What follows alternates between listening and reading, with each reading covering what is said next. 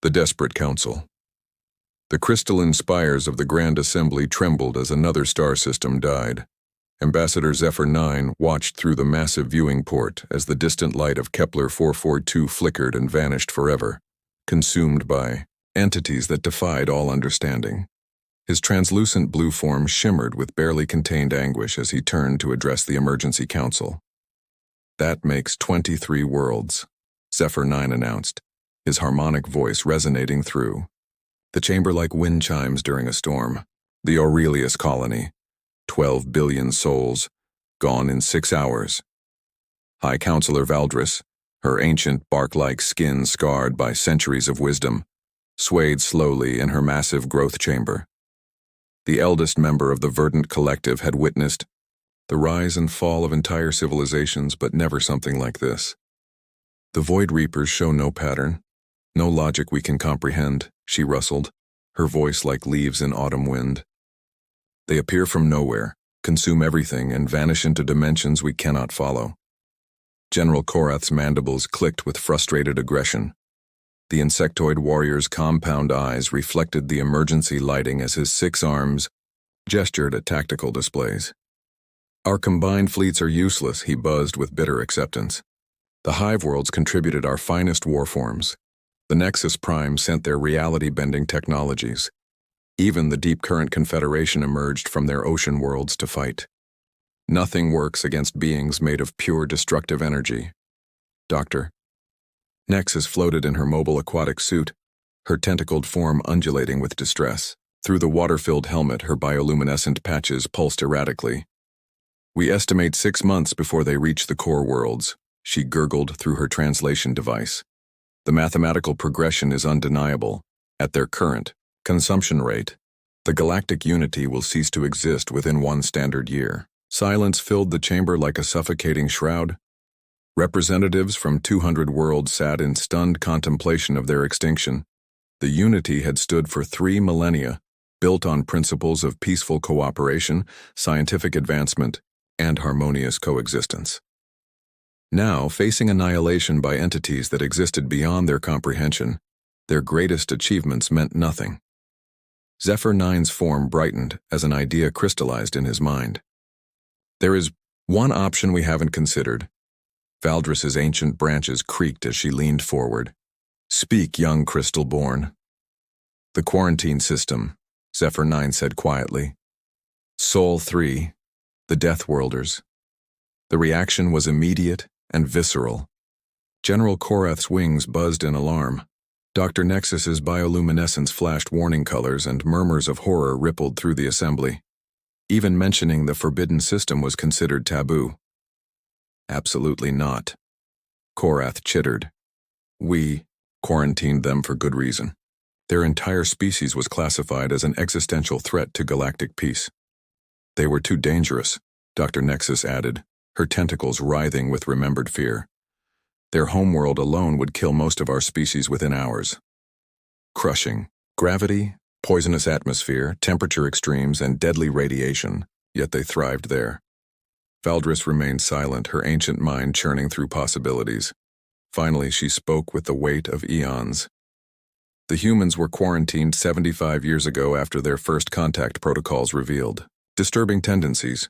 They treated warfare not as a necessary evil but as an art form. Their entire civilization was built on conflict, competition, and conquest." "Exactly my point," Zephyr 9 pressed desperately. "We need something the Void Reapers cannot understand or counter. We need something as alien to them as they are to us. We need monsters."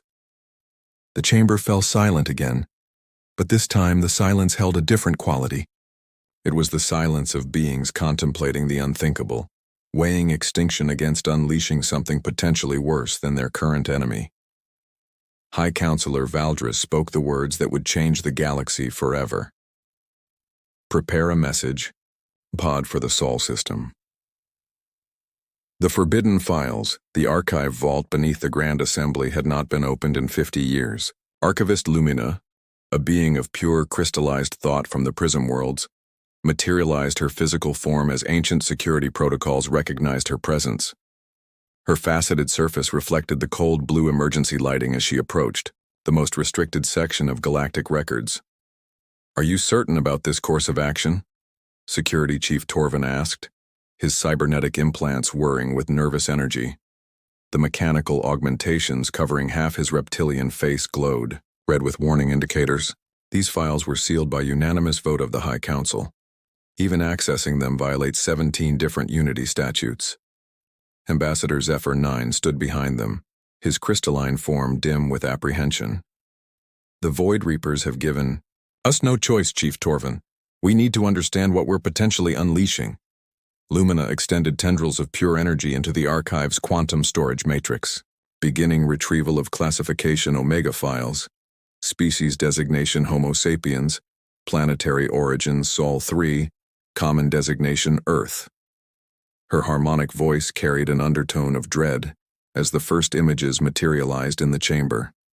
The holographic display showed a blue and green world spinning slowly in space. At first glance it appeared beautiful, almost serene. Then the atmospheric data populated and all three beings recoiled in horror. 78% nitrogen, 21% oxygen, Lumina read aloud. Oxygen concentration sufficient to cause combustion in most galactic atmospheres.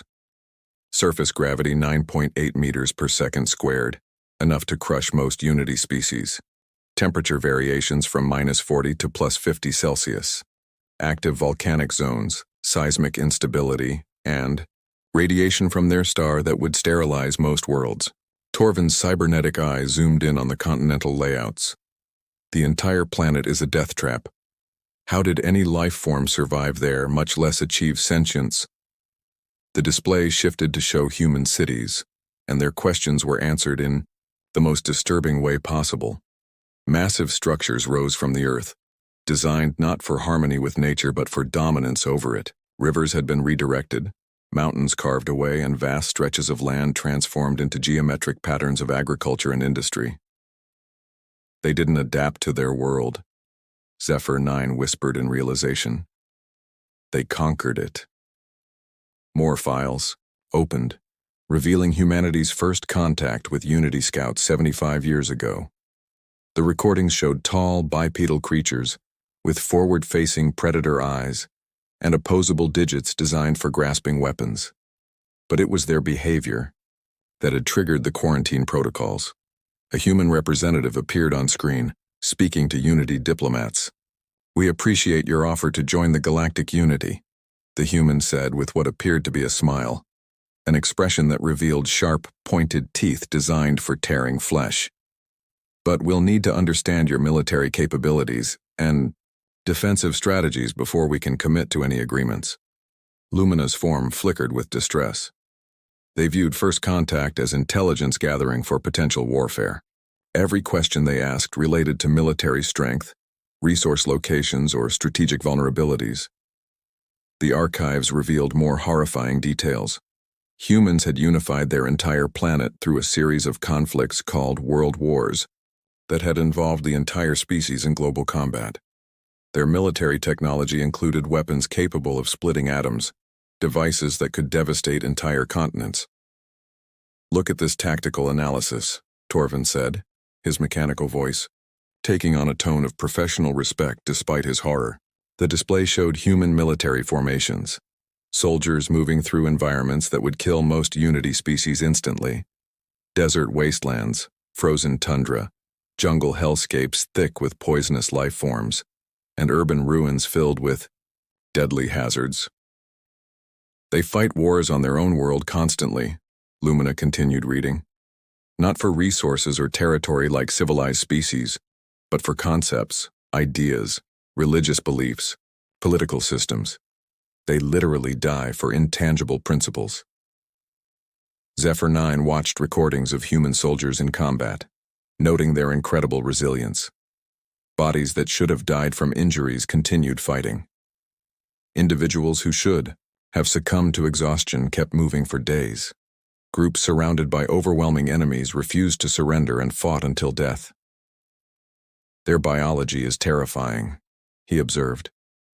"They heal from trauma that would permanently disable most species.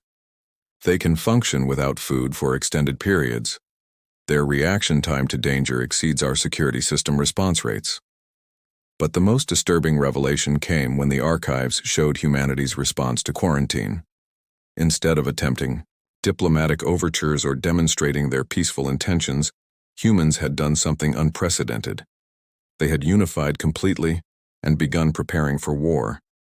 75 years of isolation, Torvin read from intelligence reports. They've created a single planetary government dedicated entirely to military preparedness. Their entire species now works toward one goal: building the largest war fleet in galactic history. Spy drone footage showed massive shipyards orbiting Earth, constructing vessels unlike anything in Unity databases. Where Unity ships were elegant and efficient, human vessels looked like flying fortresses, angular, armored, and bristling with weapon systems. They don't build ships, Lumina observed with growing horror. They build weapons that happen to travel through space. The final files contained psychological profiles of human behavior patterns. The analysis was more frightening than their technology or biology combined. Humans don't fight wars to solve problems, Zephyr 9 read aloud. They fight wars to win. They don't negotiate when losing. They don't surrender when outnumbered. They escalate conflict until either they achieve victory or they cease to exist. Torvin's cybernetic implants sparked with stress as he processed the implications. They're not just warriors.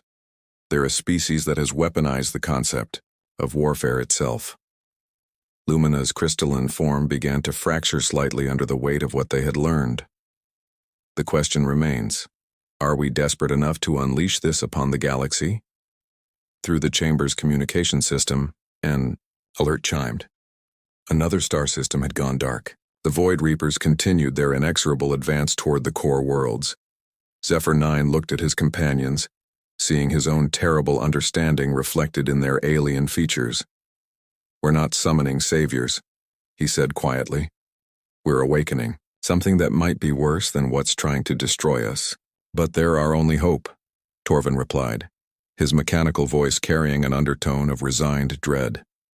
The archive files flickered and closed, but their contents would haunt the three beings forever. They had looked into the abyss of human nature and found something staring back, something hungry for war. First Contact Protocol. The message pod streaked through the void toward Sol system, carrying the galaxy's desperate plea for salvation. 3 days after launch, it encountered something that shouldn't have existed. A defensive grid extending far beyond Earth's orbit, bristling with weapons platforms and patrol vessels that moved with predatory precision. Captain Marcus Steele stood on the bridge of the UES Sentinel, watching as automated systems dragged the alien pod into the cargo bay. His scarred face showed no emotion as he studied the intercepted message, but his gray eyes held the cold calculation of an apex predator sizing up potential prey. Around him, his crew worked with the efficient silence of professional killers. "Lieutenant Nova, what's our analysis?" Steele's voice carried the authority of someone accustomed to life and death decisions. Lieutenant Zara Nova, her dark hair pulled back in military precision, looked up from her communication console. Her fingers moved across holographic displays, with practiced ease as she decoded the alien transmission. "Sir, it's a distress call from something called the Galactic Unity. They're facing extinction from entities they call Void Reapers." Dr. Victor Cross, the expedition's xenobiologist, emerged from his analysis station. His weathered hands held a tablet containing the translated message, and his expression mixed scientific fascination with warrior pragmatism. "Captain, they're not just asking for help. They're offering us something we've wanted for 75 years. An end to our quarantine and full access to galactic civilization." Steele's lips curved into something that might have been a smile on a less dangerous face. "In exchange for what exactly?" "Total warfare against an enemy that has destroyed 23 star systems in 6 months, Nova replied, her voice steady, despite the magnitude of the request. "They want us to hunt down and eliminate an entire species of energy beings that their combined fleets couldn't even slow down." The bridge fell silent except for the hum of weapon systems and the distant sound of the ship's massive engines. Everyone present understood the implications. After decades of forced isolation, Humanity was being invited back into galactic society as exterminators. Sir, Cross continued, the message includes tactical data on these Void Reapers. They appear to be pure energy entities that consume matter and convert it to fuel their expansion. No physical form, no fixed location, and they can apparently exist in multiple dimensions simultaneously. Steele studied the holographic display showing the Void Reaper's path of destruction. 23 dead worlds arranged in a pattern that spoke of intelligence, purpose, and terrifying efficiency. Analysis, Doctor. Can they be killed? Everything can be killed, Captain, Cross replied with the confidence of a species that had spent 75 years perfecting the art of destruction. The question is whether conventional weapons will work, or if we need to get creative. A communication alert chimed, and Nova straightened in her chair. Sir, we're receiving a priority signal from Earth Command. President Morrison wants immediate conference. The main screen activated, showing President Kane Morrison in the war room beneath Geneva. Behind him, the Joint Chiefs of Humanity's unified military stood at attention, their faces reflecting the same cold professionalism that had kept their species combat-ready for 3/4 of a century. Captain Steele, Morrison began without preamble, I've reviewed the alien transmission. What's your assessment of the tactical situation? Steele's response was immediate and precise. Mr. President, we're looking at an enemy that operates beyond conventional physics. They've demonstrated the ability to consume entire worlds and convert matter to energy on a galactic scale. Our advantage is that they've never faced an opponent that specializes in impossible warfare. General Patricia Kane, head of Earth's Strategic Command, leaned forward in the screen. Explain impossible warfare, Captain. Dr. Cross stepped up to answer. Ma'am, every species these Void Reapers have encountered fights predictably. They defend fixed positions, use conventional tactics, and retreat when overwhelmed. Humans fight wars that make no sense to logical minds. We attack when we should defend, sacrifice valuable assets for strategic advantage, and escalate conflicts beyond all rational parameters. Additionally, Nova added, our psychological profile suggests we're the only species that actually enjoys warfare. Other civilizations fight wars to solve problems. We fight wars because we're good at it. President Morrison nodded slowly. And our force projection capabilities? The home fleet is fully operational, Steele reported. 300 vessels built specifically for deep space warfare. Every ship designed around the principle that the best defense is overwhelming offense. We've had 75 years to prepare for exactly this scenario. The President's expression hardened with decision. Captain, you have authorization to deploy the entire fleet. Operation designation, final hunt. Your mission parameters are simple. Locate and eliminate every Void Reaper entity in the galaxy. Rules of engagement, sir? Steele asked, though his tone suggested he already knew the answer. There are no rules, Captain. These entities have declared war on all organic life. Show them why Earth was classified as a death world. As the transmission ended, the bridge crew began preparations for humanity's return to galactic affairs. But this wouldn't be the peaceful integration the Unity had once offered. This would be humanity announcing their presence with the systematic extinction of an entire species. Lieutenant Nova, Steele commanded, send a reply to the aliens. Tell them we accept their request.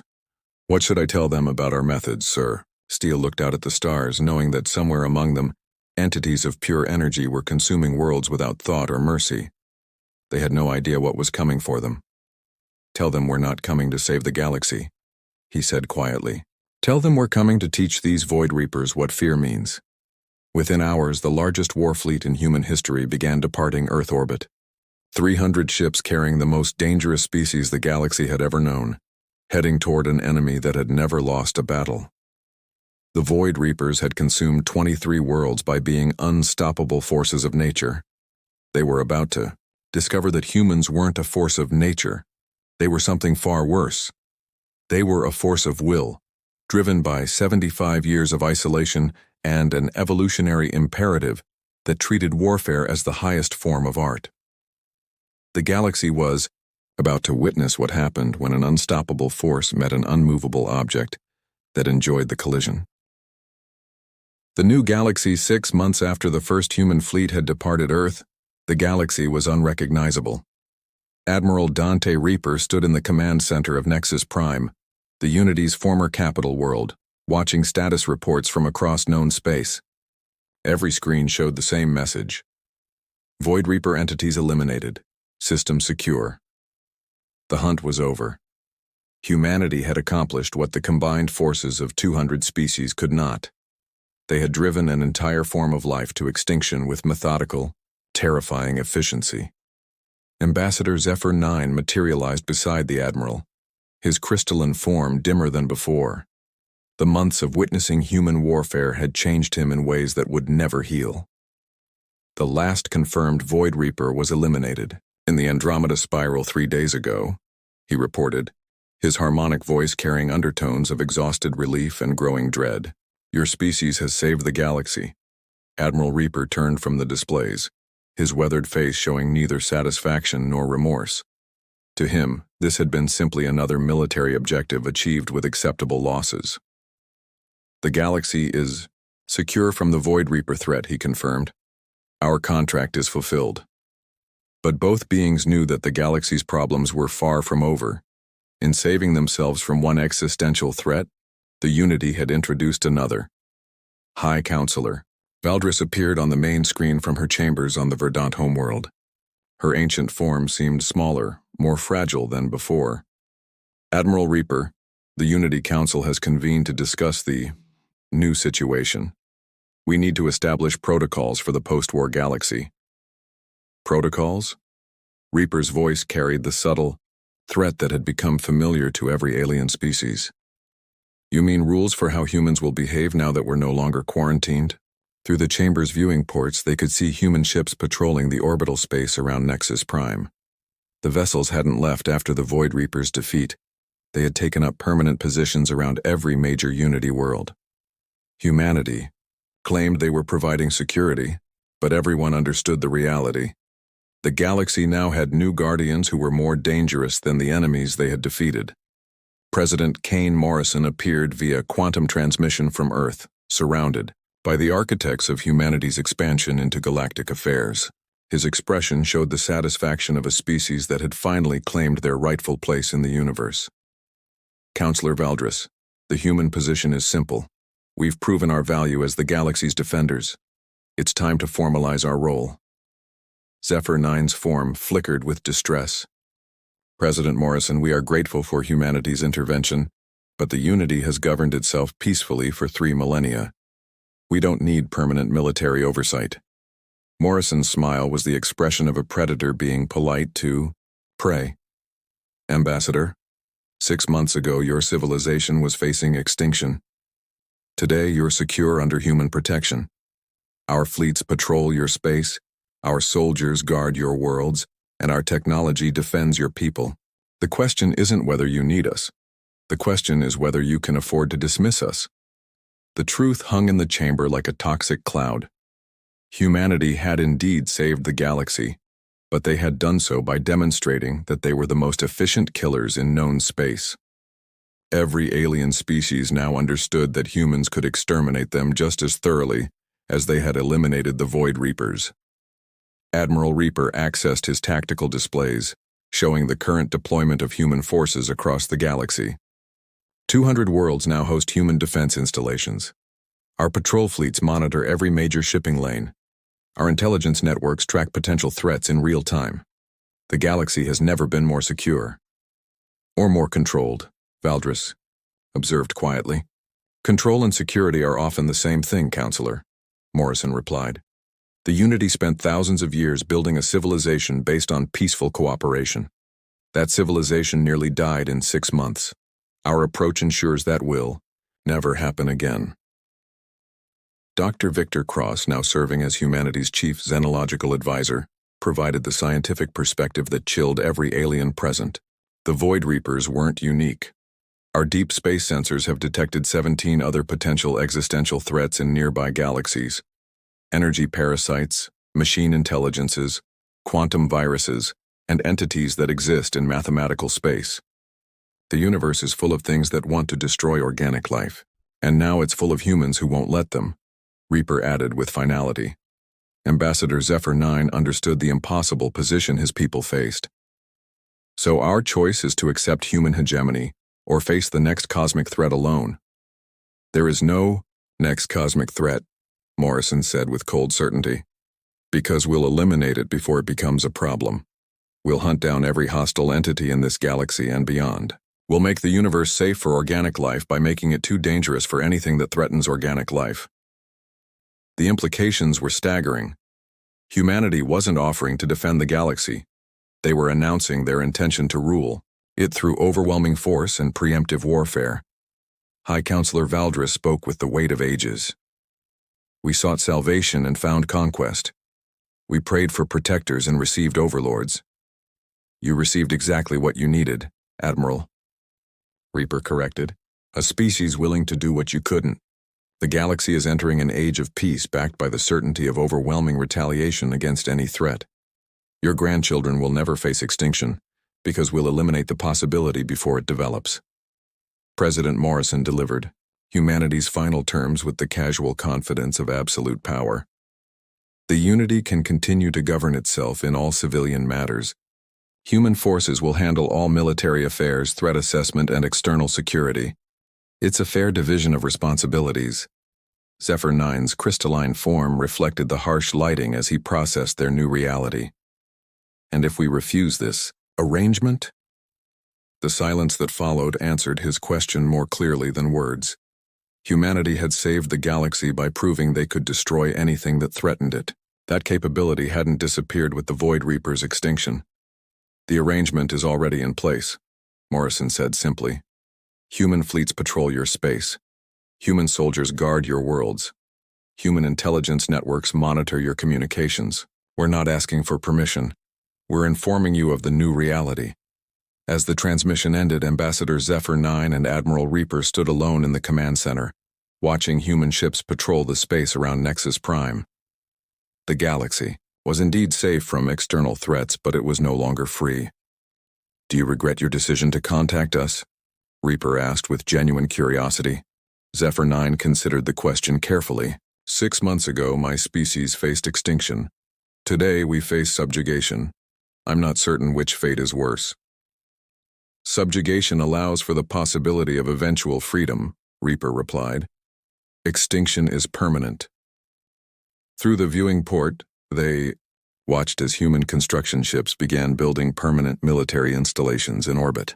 The quarantine was over, but humanity's isolation had ended on their terms, not the galaxy's. The Unity had learned the oldest lesson in the universe. When you summon monsters to fight your battles, you must live with the monsters afterward.